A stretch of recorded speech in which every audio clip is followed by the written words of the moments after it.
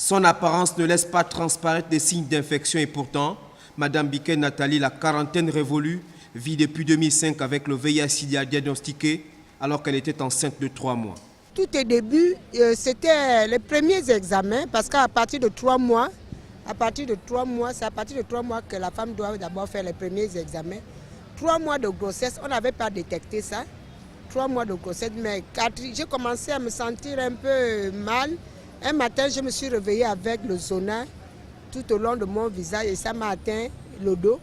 Je suis allée voir le docteur Konike, qui s'occupe des problèmes de peau, elle a regardé, elle m'a mis sous traitement, les topicrèmes et ainsi de suite, tout ce qu'elle a donné.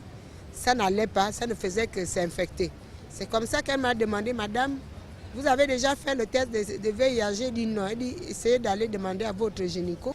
Secrétaire comptable diplômé de l'École nationale de commerce de Port-Gentil et actuellement employé au Conseil économique et social, le VIH-Sida pour elle reste une maladie comme les autres, pas question d'en faire un tabou.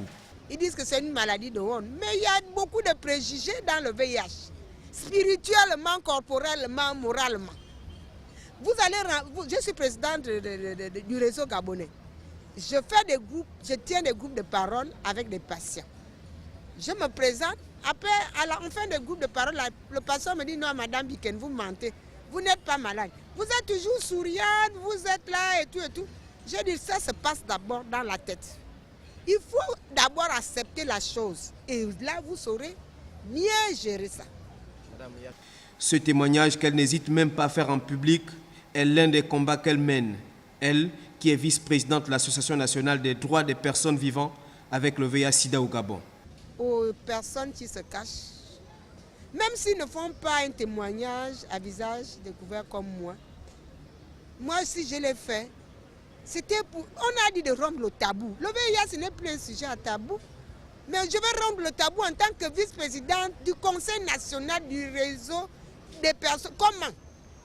En allant commander les 500, en allant parler de... Non. J'ai dit aujourd'hui, j'en ai que foule.